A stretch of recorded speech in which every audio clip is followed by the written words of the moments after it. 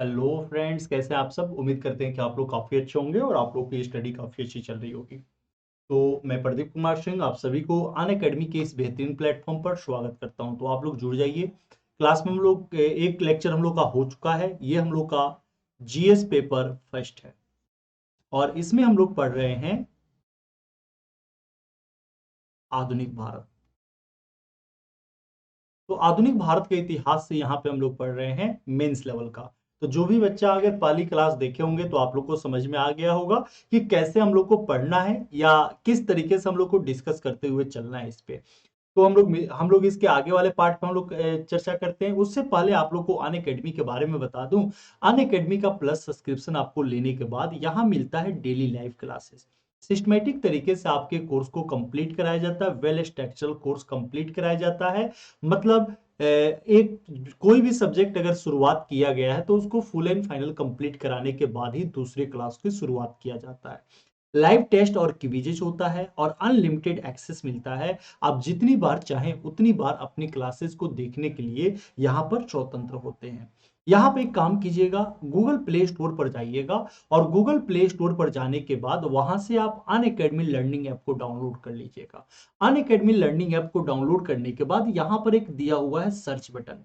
Search button में आप लोग एक नाम सर्च कर सकते हैं और वह नाम कौन सा, प्रदीप कुमार सिंह।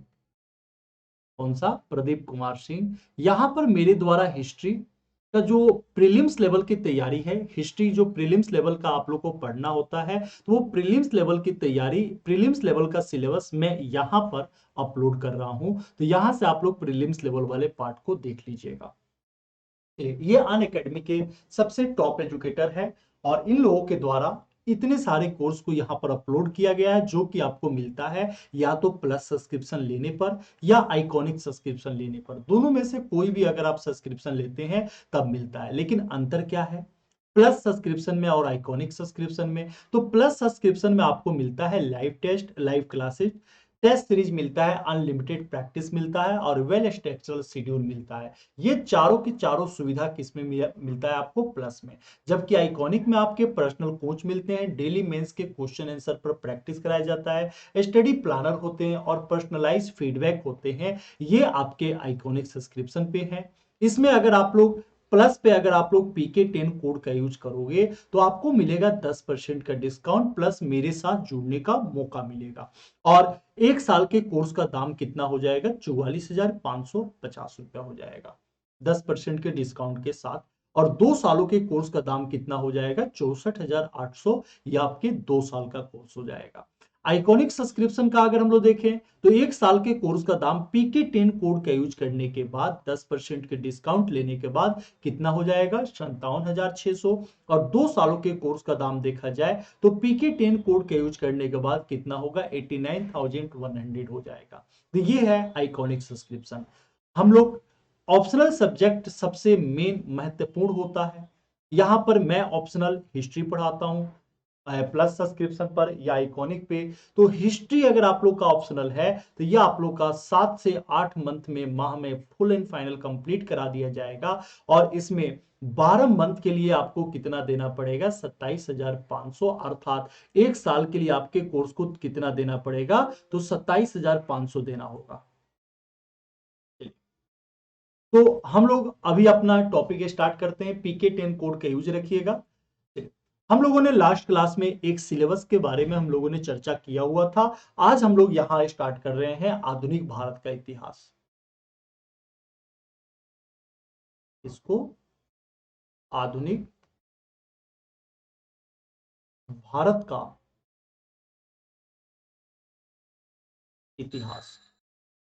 अगर हम लोग आधुनिक भारत के इतिहास को देखें तो सबसे महत्वपूर्ण पहला क्वेश्चन तो हमारे और पेपर के लिए यह जरूरी बन जाता है कि आधुनिक भारत के इतिहास का कालखंड कौन सा है। मतलब भारत में, क्योंकि हम लोग भारत के इतिहास पढ़ रहे हैं और भारत में आधुनिक, यूरोप का तो नहीं ना। यूरोप में तो 14वीं शताब्दी को आधुनिक माना गया, लेकिन भारत में कब से स्टार्ट हुआ, इस चीज का जब अध्ययन करते हैं तो यहां पर आकर हमें पता लगता है कि अलग अलग इतिहासकारों के द्वारा अलग अलग बातें कही गई है। जो कुछ बातें सही भी हैं और कुछ बातें गलत भी प्रतीक होती है। जो इतिहासकार जिस लेखन से प्रभावित था, उस लेखन के आधार पर उसने अपनी बातों को रख दिया और हमें उन सभी की बातों को पढ़ना पड़ता है। अब जैसे एग्जाम्पल एग्जाम्पल जो मुगल पक्षधर विद्वान थे, मुगल पक्षधर विद्वान, देखिए मुगल पक्षधर विद्वान का मतलब यह हुआ कि जो मुगल दरबारी वाले इतिहासकार हैं या मुगलों को जो महान मानने वाले बताने वाले इतिहासकार हैं, उनके द्वारा तो ये कहा गया कि देखो जो औरंगजेब की मृत्यु हो जा रहा है, तो औरंगजेब की मृत्यु होने के बाद ही भारत में आधुनिक भारत की शुरुआत हो गया, अर्थात उत्तर मुगल काल आधुनिक भारत में आ गया। जब तक औरंगजेब की मृत्यु को इनके द्वारा क्या माना गया कि यह औरंगजेब के पहले तक का शासन या औरंगजेब तक का शासन मध्यकालीन, और औरंगजेब के बाद के शासन को क्या माना गया, तो आधुनिक भारत। तो जो मुगल पक्षधर विद्वान है, तो मुगल पक्षधर विद्वानों के द्वारा यह माना जाता है कि 1707 में, तब तो 1707 में मुगल भारत में आधुनिक भारत की शुरुआत हो गया। अब यहां पर आते हैं सेकंड और सेकंड इतिहासकार कौन है? सेकंड इतिहासकार हैं ब्रिटिश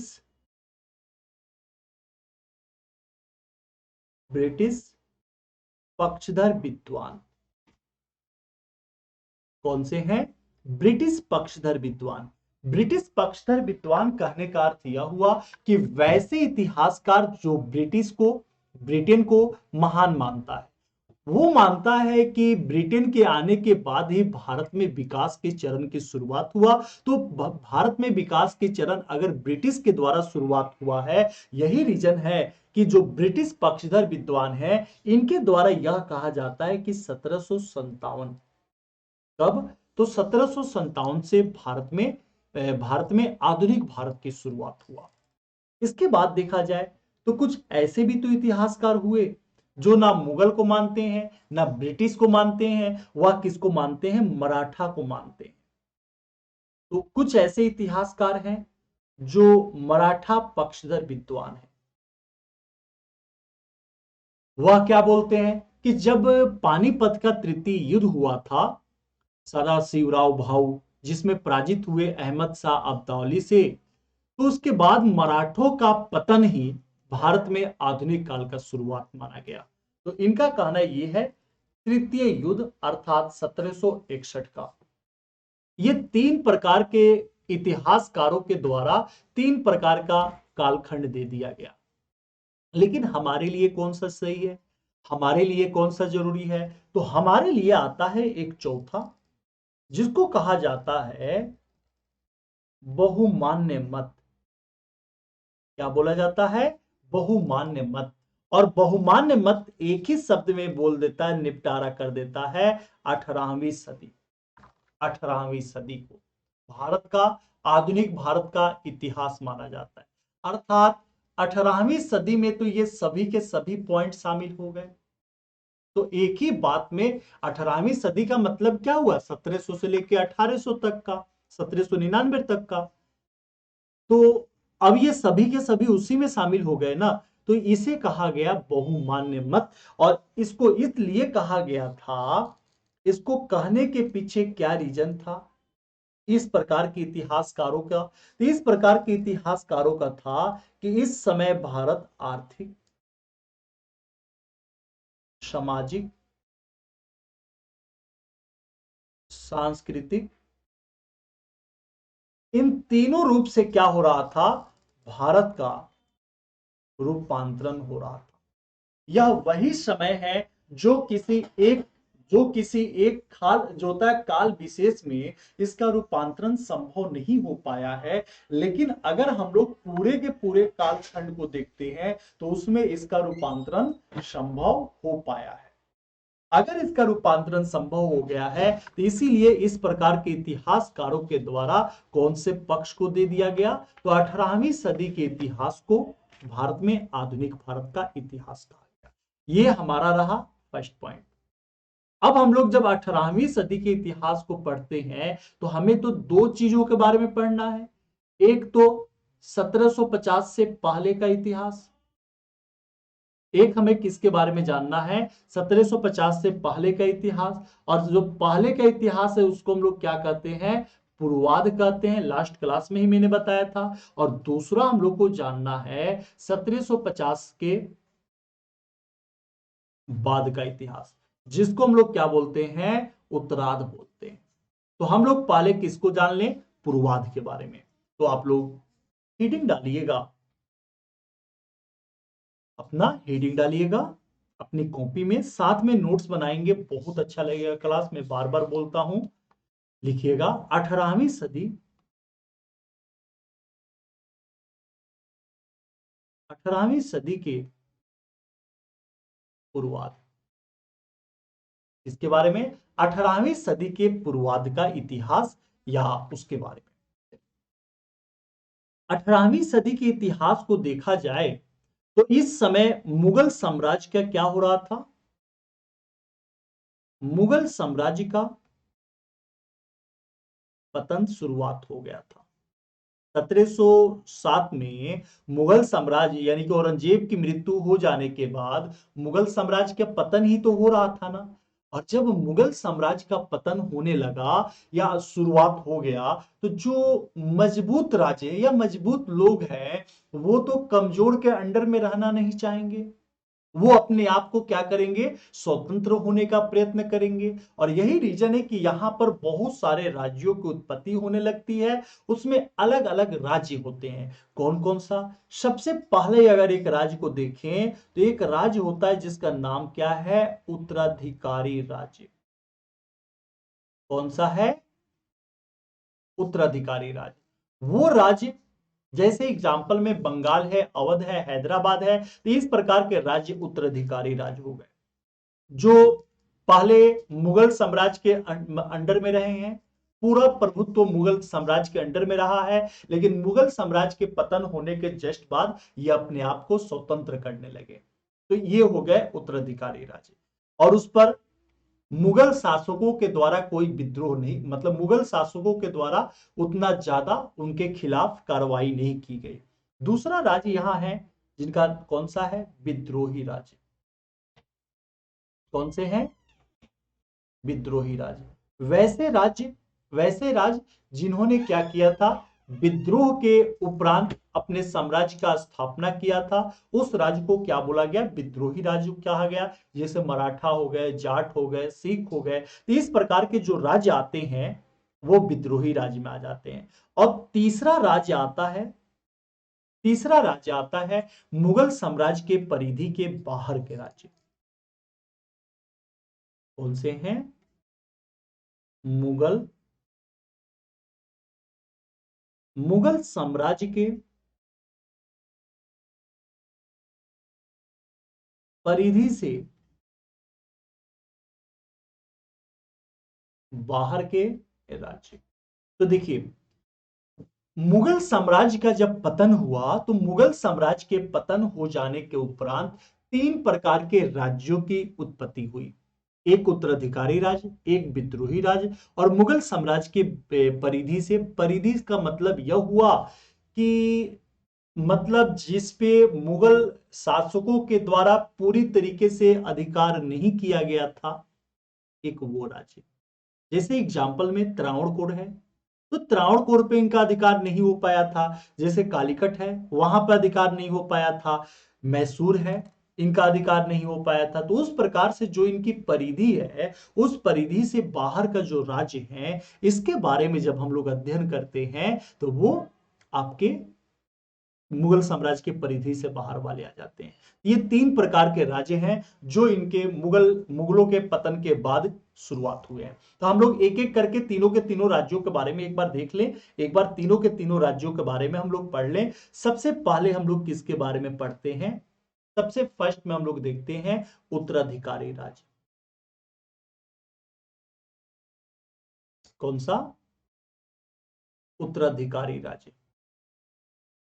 चलिए, उत्तराधिकारी राज्यों को अगर हम लोग पढ़ें और उत्तराधिकारी राज्यों के बारे में जानें, तो फर्स्ट नंबर पर इसमें आता है एक बंगाल।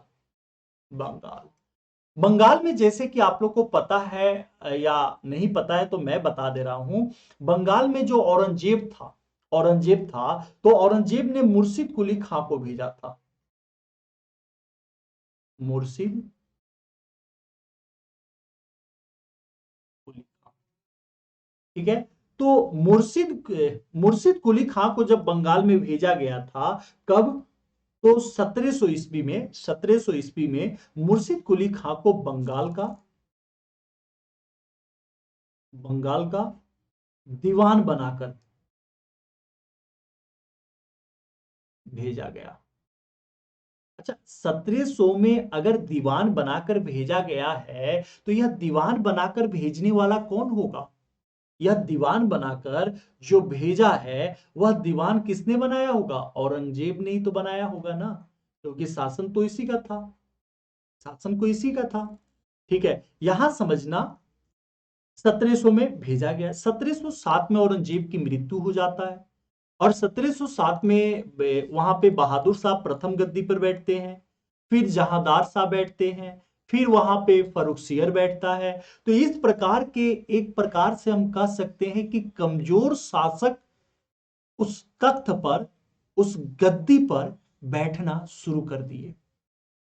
और जब कमजोर शासकों के द्वारा उस गद्दी पर बैठा गया, कमजोर शासक जब उस गद्दी पर बैठे तो उस गद्दी पर अब केंद्र कमजोर और बाहर वाला जैसे मुर्शिद कुली खां है, ये तो मजबूत था और योग्य था। तो योग्य क्या कमजोर की बातों को मानने में असहज महसूस नहीं करेंगे, करेंगे ही ना। और यही रीजन है कि 1717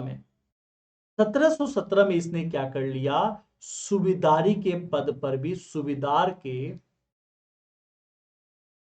पद पर कब्जा कर लिया। इसके द्वारा 1717 में सूबेदार के पद पर कब्जा कर लिया गया। जब सूबेदार के पद पे कब्जा किया गया, अर्थात 1700 और 1717 का देखते हैं, तो 1700 में ये क्या बना हुआ था? यह दीवान बना हुआ था। और 1717 में ये क्या बन गया?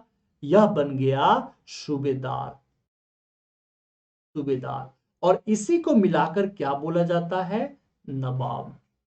समझिए, अर्थात मुर्शिद कुली खां अब क्या बन गया? नवाब बन गया। नवाब, ये ध्यान रखिएगा कि जो बंगाल के नवाब हुआ करते थे, नवाब के अंडर में दो अधिकार प्राप्त होता था। एक अधिकार था दीवान का और एक अधिकार था सूबेदार का। दीवान का अधिकार किसके द्वारा था? तो यह अधिकार था टैक्स का, यानी कि कर प्रणाली का। और जो सूबेदार का अधिकार मिला हुआ था, यह सूबेदार का अधिकार किसका था? प्रशासनिक था, प्रशासनिक था। तो कर वसूलने का भी और प्रशासनिक पर भी जब दोनों पर मुर्शिद कुली खां के द्वारा अधिकार कर लिया गया, तो अब कौन हो गए? नवाब हो गए। और इस प्रकार से बंगाल क्या हो गया? आजाद हो गया। फिर इसकी आगे की जो कहानी है, हम लोग बंगाल का इतिहास पढ़ेंगे, उसमें इसके आगे की कहानी देखेंगे। हम लोग का यहां तक के लिए यही है। अब हम लोग सेकेंड पार्ट, यानी कि सेकेंड राज्य जो उत्तराधिकारी राज्य में है, वह सेकेंड एक और कौन सा है? तो वो है अवध। अवध कौन सा है? अवध है। और एक तीसरा नंबर पर भी है, इसी के साथ आप लोग तीसरे नंबर को भी जान लें, क्योंकि तीनों का, दोनों का कहानी में एक साथ बता दूंगा। कौन सा है? हैदराबाद। हैदराबाद। इन दोनों की कहानी आप सभी एक बार में समझें। अगर मैं आपसे कहता हूं अवध और हैदराबाद, तो यहां अवध जो है, इसका स्थापना करने वाले का व्यक्ति का नाम क्या है? शाह आदत खां। क्या नाम है? शाह आदत खां। और शाह आदत खां के द्वारा अवध को स्वतंत्र कब किया गया? 1722 में अवध को स्वतंत्र किया गया। और जो हैदराबाद था, हैदराबाद की स्वतंत्रता किसके द्वारा दिया गया? तो आसफ जाह के द्वारा। क्या नाम था? आसफ जाह। और आसफ जाह के द्वारा कब किया दिया गया? 1724 में। कब दिया गया? 1724 में। अब इस कहानी समझिएगा। जो सआदत खां था और आसफ जहां, यह दोनों के दोनों काफी योग्य थे, काफी योग्य थे। और यही रीजन रहा कि जब यहाँ पे मोहम्मद शाह रंगीला का शासन चल रहा था, मोहम्मद शाह रंगीला कोई योग्य नहीं था। और जब योग्य नहीं था तो सआदत खां सआदत खां और आसफ जहां, ये दोनों राज दरबार से शिकार खेलने के बहाने निकले थे। पहले तो सआदत खां निकला शिकार खेलने के बहाने, और साउथ में जाकर अवध थी यूपी में आकर अवध के इसने क्या कर दिया, निर्माण कर दिया, स्वतंत्र राज्य का स्थापना कर दिया। आसफ जाह दक्षिण भारत में जाते हैं, हैदराबाद में, और वहां जाकर इन्होंने स्वतंत्र राज्य हैदराबाद की स्थापना कर दी। ये वही दोनों हैं जब आप 1739 में मोहम्मद शाह रंगीला के शासनकाल में आप लोगों ने सुना होगा नादिर शाह का अटैक हुआ था, नादिर शाह का आक्रमण हुआ था। तो ये वही दोनों हैं, वही यही दोनों गए थे नादिर शाह के आक्रमण के समय। मोहम्मद शाह रंगीला इन दोनों को बुलाया था, समझिएगा। मतलब मोहम्मद शाह रंगीला ने अगर इन दोनों को बुलाया था तो इनके खिलाफ कोई सैन्य कार्रवाई तो किया नहीं था ना। मतलब स्वतंत्र राज्य की स्थापना कर चुके थे, फिर भी यह टैक्स दिया करते थे, समझिए। यह हमेशा मुगल बादशाह को टैक्स देते थे। और अगर मुगल बादशाह को टैक्स दे रहे हैं तो मुगल बादशाह को कोई प्रॉब्लम नहीं होगा। नादिर शाह का जब अटैक हुआ था तो ये आसफ जाह और शहादत खां ये दोनों गए थे। और आसफ जाह और युद्ध में, शुरुआती युद्ध में ही मोहम्मद शाह रंगीला की पराजय हुआ। और मोहम्मद शाह रंगीला की सबसे बड़ी गलती कि बिना किसी से सलाह लिए वह नादिर शाह के कुटिया में चला गया, उसके टेंट में चला गया समझौता करने के लिए। और नादिर शाह ने जब इस चीज को देखा सीधे उसको बंदी बना लिया। जब बंदी बना लिया तो वहां पर जाता है आसफ जाह, काफी योग्य था। उसने नादिर शाह से बोला कि देखो भाई साहब, खजाने तो खाली हैं दिल्ली के, और मुगल बादशाह कहने के लिए बहुत बड़े हैं, खजाने खाली है। आप दिल्ली जाओगे इतने खर्चे आपको लगेंगे, और वहां खजाने खाली हैं, आपके हाथ में कुछ मिलने वाला नहीं है, तो आप लौट के आ जाओगे। उससे अच्छा है कि आप 20 लाख रुपया अभी ले लो, महाराज को भी आप सम्राट को भी आप छोड़ दो, और आप अपने देश जाओ, हम अपने क्षेत्र जाते हैं। नादिर शाह इसकी बातों से प्रभावित हुआ था और मान गया था इसकी बात से। और उस युद्ध में वजीर मारा गया था तो वजीर का पद खाली था। तो सादत खां को यह बात लगा कि अगर वजीर का पद जो खाली है तो आसफ जाह की बातों से समझौता संभव हो पाया है। तो महाराज यानी कि मोहम्मद शाह रंगीला कहीं प्रभावित होकर आसफ जाह को वजीर ना बना दे। इस बात से सादत खां काफी दुखी हुआ और नादिर शाह से मिला और बोला कि देखो महाराज, आसफ शाह आपसे झूठ बोल रहा है, खजाने तो पूरे खाली हैं, बहुत पैसा है वहां, और आपने महाराज को बंदी बना ही लिया है, तो एक बार जाकर उस खजाने को लूटो। इन बातों को सुनकर नादिर शाह के मन में आ गया कि बात तो सही है, दिल्ली एक बार चलनी चाहिए। और वह दिल्ली के लिए रवाना हो गया, दिल्ली के लिए आया, और दरबार में आया, खजाना खुलवाया गया, खजाना खाली था। नादिर शाह को बहुत गुस्सा आया और उसने आदेश दिया सादत खां को बुलाने का। अब सादत खां को लगा कि राज दरबार में, भरे राज दरबार में पूरी बातें नादिर शाह ने बोल दिया है कि उसी ने बोला था कि बहुत पैसा है और इस कारण हमें नुकसान हुआ, नहीं तो हम दिल्ली नहीं आते। तो सादत खां को लगा कि बहुत बदनामी हो गया, ठीक है, तो जी कर क्या फायदा, ये जहर खाकर आत्महत्या कर लिया। ये कहानी आपका किसका, उत्तराधिकारी राज्य का। तो फर्स्ट पॉइंट, उत्तराधिकारी राज्यों में 3 राज्यों के बारे में जानना था, हम लोगों ने कंप्लीट किया। और ऐसा नहीं है कि राज्य कंप्लीट हो गया, अभी तो पढ़ना है, बंगाल भी पढ़ना है, अवध भी पढ़ना है, और हैदराबाद भी पढ़ना है। यहां पर इंट्रो हुआ उसका, कैसे ऐसे उत्तराधिकारी राज्य थे। अब हम लोग आते हैं सेकंड पॉइंट पर। कौन सा, विद्रोही राज्य। अब हम लोग यहां देखते हैं विद्रोही राज्य। विद्रोही राज्य वह जो बार बार हमेशा मुगल बादशाह को टक्कर देता रहा, मुगल बादशाह यानी कि मुगल साम्राज्य के खिलाफ हमेशा विद्रोह करता रहा, वह कौन सा हुए? विद्रोही राज्य हुए। जैसे एग्जाम्पल में सबसे पहला अगर मैं नाम दूं, मराठा। शिवाजी के समय से ही मराठा राज्य हमेशा ब्रिटिश साम्राज्य के खिलाफ रहा, तो पहला कौन सा हो जाएगा? मराठा हो जाएगा। दूसरा पॉइंट्स अगर मैं कहूं, सेकंड राज्य बताऊं, तो वो कौन से हैं? जाट राज्य। कौन से हैं? जाट राज्य। जाट राज्यों के बारे में थोड़ा बहुत अगर हम लोग यहाँ चर्चा करें, तो हमें पता है कि जाट राज्यों के द्वारा सबसे प्रथम बार कौन से जाट हैं? गोकुल जाट। गोकुल जाट और प्लस राजा राम।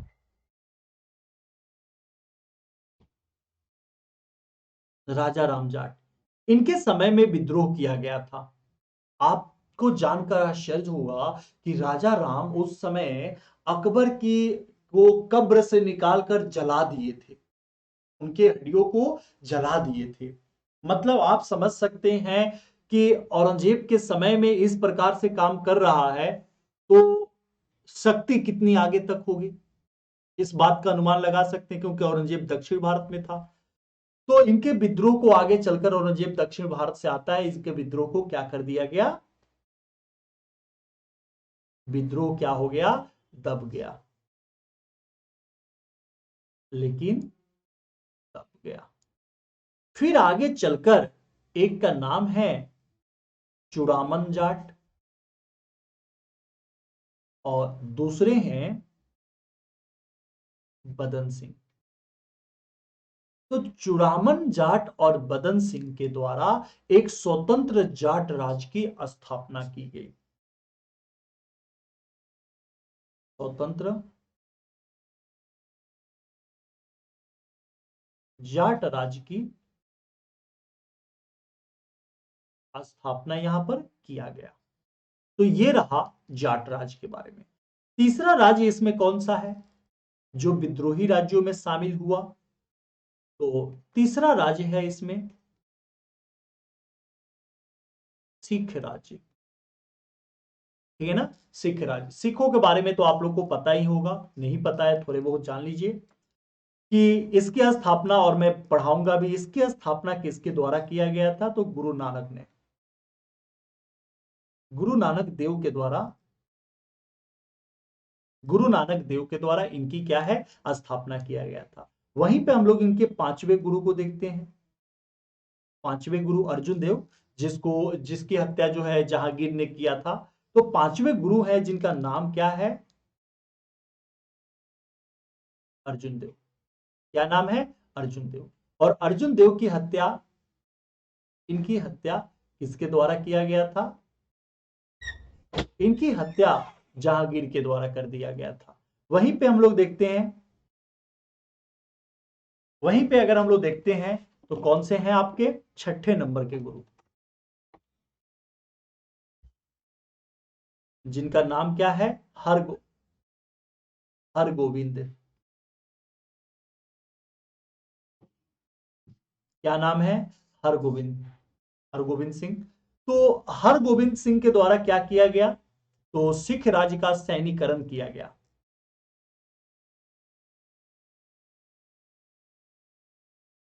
सिख राज्य का सैनिकरण किया गया। इसके सिख राज्यों के अगर हम लोग देखते हैं दसवें गुरु, दसवें गुरु, तो दसवें गुरु कौन से हैं? गुरु गोविंद सिंह। एक ओवरव्यू में आप लोग को दे रहा हूं, कौन से हैं? गुरु गोविंद सिंह। और गुरु गोविंद सिंह के द्वारा खालसा पंथ की 1799 में खालसा पंथ की स्थापना की गई। इनके द्वारा किसकी स्थापना किया गया था? तो खालसा पंथ की स्थापना किया गया था। और सबसे अंतिम अगर देखा जाए, 10 गुरु तो होते हैं, लेकिन अंतिम राजनीतिक गुरु हैं वह कौन से हैं? बंदा बहादुर। ठीक है, बंदा बहादुर। बंदा बहादुर की 1716 में इनको क्या कर दिया गया, इनके विद्रोह को दमन कर दिया गया। इस प्रकार से देखा जाए तो सिख राज्य कुछ हद तक दबा दिया गया था और मराठा राज्य की उत्पत्ति होने लगी थी। लेकिन इसी बीच में एक युद्ध है, और वह युद्ध कौन सा है, 1761 में। 1761 में पानीपत के थर्ड युद्ध के पश्चात, जो पानीपत के तृतीय युद्ध हो गया, तो तृतीय युद्ध के पश्चात क्या हो गया, उत्तर पश्चिम में, उत्तर पश्चिम में एक राजनीतिक शून्य की स्थिति उत्पन्न हो गई। आप लोग नोट्स बनाते चलिएगा। एक राजनीतिक शून्य की स्थिति उत्पन्न हो गई।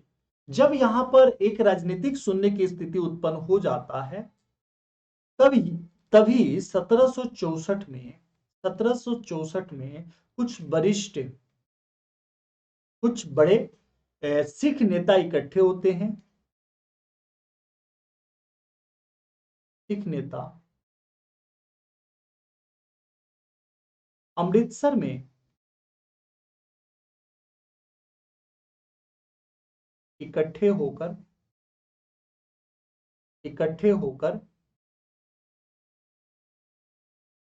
सिख राज्य की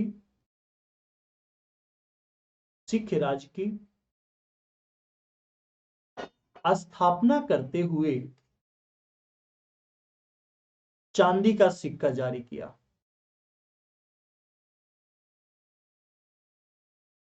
चांदी का सिक्का जारी किया।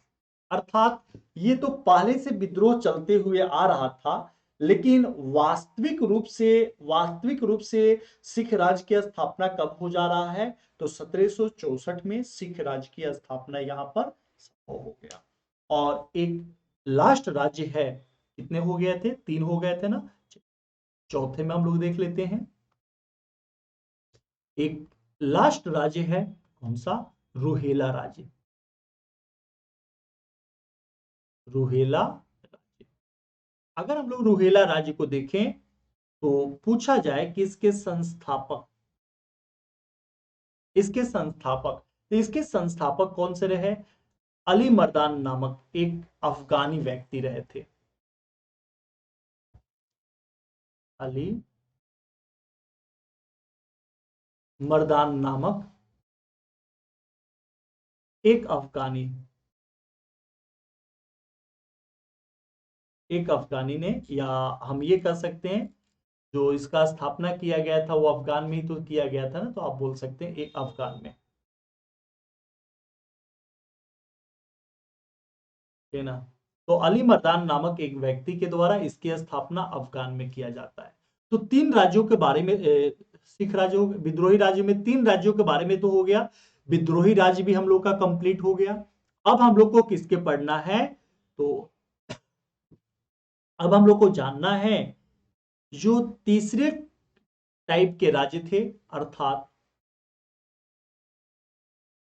मुगल साम्राज्य के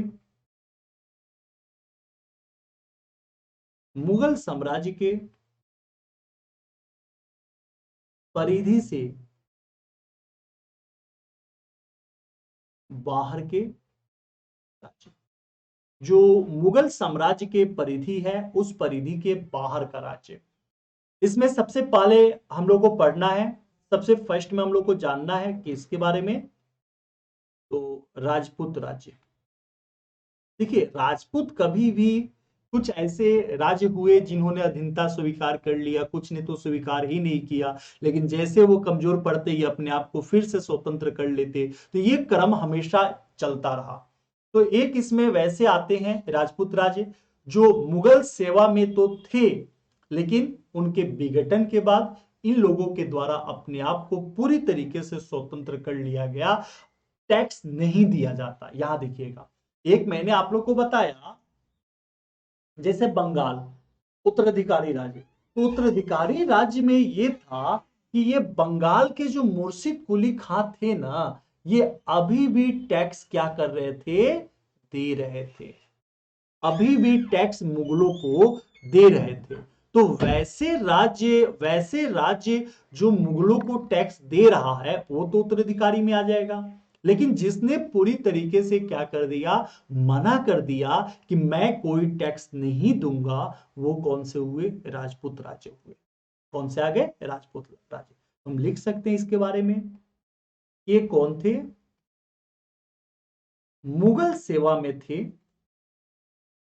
लेकिन पूरी तरीके से यह अपने आप को स्वायत्त रखे थे। और जैसे ही मुगलों का विघटन हुआ, तो मुगलों के विघटन के बाद इन्होंने अपने आप को क्या कर लिया, स्वतंत्र कर लिया। तो उस प्रकार के राज्य मुगल परिधि के बाहर के राज्य हुए। ठीक है, मतलब अब उन पे कोई भी अधिकार मुगलों का नहीं रह गया था। सेकंड में हम लोग देखते हैं कौन सा राज्य है, मैसूर का राज्य। कौन सा राज्य है, मैसूर का राज्य। मैसूर के राज्य के बारे में हम लोगों को पता है, मैसूर के राज्य में कि जैसे ही विजयनगर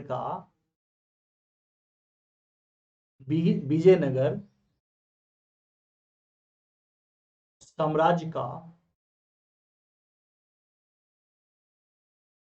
उत्तराधिकारी थे। आप लोग को पता है ना, 1565 में एक युद्ध हुआ था जिसका नाम था तालीकोटा का युद्ध, या उसे ही कहा जाता है राक्षसी युद्ध। अगर नहीं पता है तो मैं बताऊंगा, मैं पढ़ाऊंगा। ठीक है, तो राक्षसी युद्ध के उपरांत यहां पर विजयनगर साम्राज्य को पूरी तरीके से विखंडित कर दिया गया था। उसे ही राक्षसी युद्ध कहा गया था। तो वहां पर जब राक्षसी युद्ध हुआ था, तो वहां पर सबसे प्रथम कौन से वंश का शासन हो गया था, तो वाडियार वंश। कौन सा वंश आ गया था, तो वाडियार वंश का वहां पर शासन आ गया था। और यहां पर जो वाडियार वंश के शासक थे, तो वाडियार वंश से जो हैदर अली हैं, हैदर अली हैदर अली ने उनसे सत्ता क्या कर ली, छीन ली। और उनसे सत्ता को छीन लेने के बाद आगे आगे शक्तिशाली शक्तिशाली मैसूर राज्य की स्थापना की। तो अब यहां पर मैसूर राज्य का क्या हो गया, स्थापना हो गया। तो ये है मुगल परिधि से बाहर का राज्य। अब एक और राज्य है, वो कौन सा राज्य है, तो त्रावणकोर। कौन सा है, तो त्रावणकोर। अगर हम लोग त्रावणकोर को देखते हैं या त्रावणकोर के बारे में पढ़ते हैं, तो हमें यह पता लगता है कि 17वीं सदी में जो मार्तंड वर्मा थे, क्या नाम है, मार्तंड वर्मा के अधीन इसका क्या हुआ, एक स्वतंत्र राज्य के रूप में इसका स्थापना हुआ। किसके अधीन में हुआ था, ध्यान देना। तो यहां पर मार्तंड वर्मा, आप लोगों ने नाम सुना है क्या, क्या नाम है इनका, तो मार्तंड वर्मा। ये मार्तंड वर्मा वही है जिनको भारत में डचों को खदेड़ने का श्रेय दिया जाता है।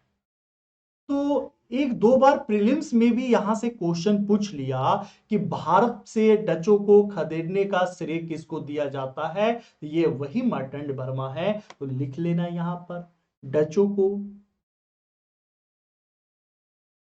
डचों को भारत से बाहर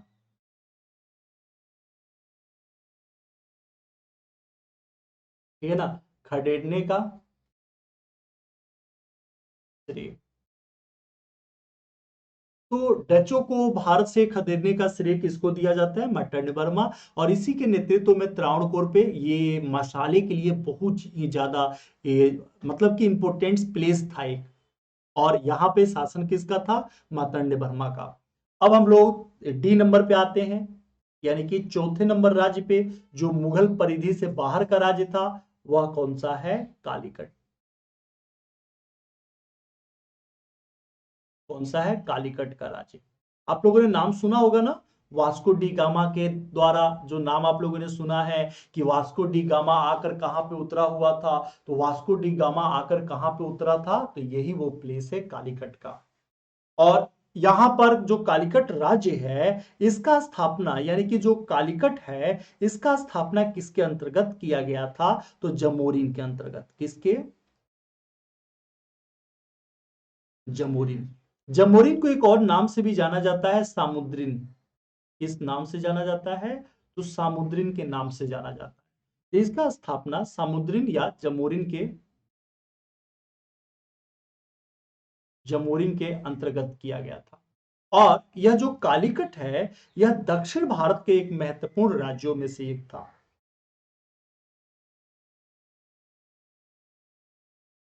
दक्षिण भारत के महत्वपूर्ण बंदरगाह था। क्या था? बंदरगाह था। ये वही जगह है जहां पर 1498 में 20 मई 1498 को वास्को डी गामा आया था। यहीं पर वास्को डी गामा आया हुआ था। क्योंकि जब वास्को डी गामा आया था उससे पहले जो भारत का व्यापार हो रहा था, यह भारत का व्यापार अरब के द्वारा हो रहा था, मतलब अरब व्यापारियों के द्वारा भारत का व्यापार हो रहा था।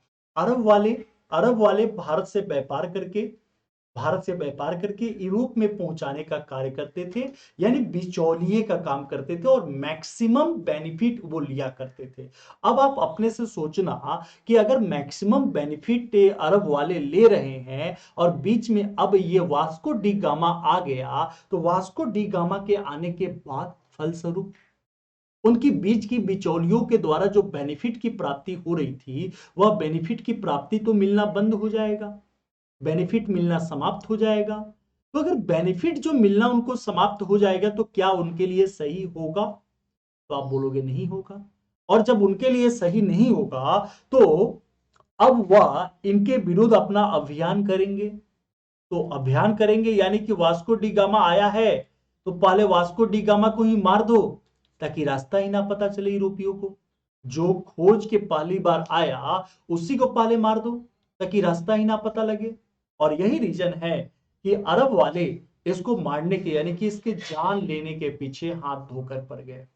लेकिन चूंकि यह एक व्यापारी था और जमोरिन के राज्य में आया था, तो जमोरिन के लिए तो बेनिफिट हो रहा था ना, जमोरिन के लिए तो बेनिफिट साबित हो रहा था ना। और अगर जमोरिन के लिए बेनिफिट साबित हो रहा है तो उसके लिए तो बहुत सही है। तो अब यहां पर जमोरिन इसकी रक्षा तो करेगा, और यही रीजन है कि जमोरिन ने क्या किया, इसका रक्षा किया। तो आप लिख सकते हैं अरब अरब व्यापारियों के विरुद्ध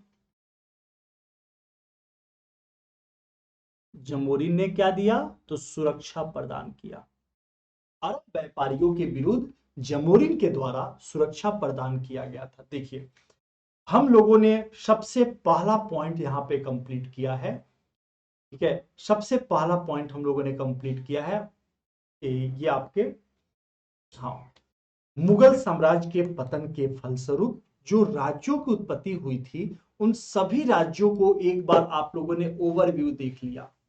ठीक है, कौन कौन से राज्य हैं, कहां कहां प्रांतीय राज्य हैं और कौन कौन से राज्यों के बारे में पढ़ना है हमें, उसका हम लोगों ने अच्छे तरीके से यहां पर पढ़ा। उम्मीद करता हूं कि आप लोगों को इस चीज को समझने में कोई प्रॉब्लम नहीं हुआ होगा। ठीक है, लेकिन अब हम लोग को यह पढ़ना है कि 18वीं शताब्दी के इतिहास मूल्यांकन, यानी कि अब हमारे लिए जो टॉपिक होगा, नेक्स्ट टॉपिक, वो हम लोग को क्या पढ़ना है, 18वीं सदी के 18वीं सदी के पूर्वार्ध के इतिहास का मूल्यांकन। देखिए, मैं पहली क्लास जब आप लोग से लिया था तो मैंने बताया था ना 18वीं सदी के पूर्वाध के इतिहासकारों के द्वारा अलग अलग बातें कही जा रही है। एक परंपरागत इतिहासकार है, एक नवीन इतिहासकार है। परंपरागत वाले कुछ और बोलते हैं, नवीन वाले कुछ और बोलते हैं, हमें मानना कुछ और है। तो इसको हम लोग नेक्स्ट पार्ट में देखेंगे, थर्ड पार्ट में देखेंगे। उम्मीद करता हूं कि मेरे द्वारा जो आप लोग की ये क्लास ली जा रही है ये आप लोग को अच्छा अच्छा लग रहा है। अगर आप लोग को अच्छा लग रहा है तो सब्सक्रिप्शन लेते हुए आप लोग एक कोड का यूज जरूर कीजिएगा, PK10। कौन से कोड का यूज? PK10। PK10 कोड का यूज करने के बाद आपको मिलेगा 10% का डिस्काउंट प्लस मेरे साथ जुड़ने का मौका मिलेगा, जहां पर मैं आप लोग को फुल्ली गाइड करूंगा। ठीक है, क्लास अगर आप लोग को अच्छा लगा है तो लाइक जरूर करना, अपने फ्रेंड सर्कल में शेयर करना और चैनल को सब्सक्राइब कर लेना। ठीक है, थैंक यू, धन्यवाद आप सभी को मेरी क्लास को देखने के लिए, सपोर्ट करने के लिए। आप लोग नोट्स अपना जरूर बनाना। हम लोग नेक्स्ट पार्ट में इतिहास मूल्यांकन को लेकर आऊंगा और इतिहास मूल्यांकन को फुल एंड फाइनल कंप्लीट कराऊंगा नेक्स्ट पार्ट में। तो वेट कीजिए थर्ड पार्ट का इसका, जिसमें हम लोग उसके बारे में पढ़ेंगे। तब तक के लिए धन्यवाद।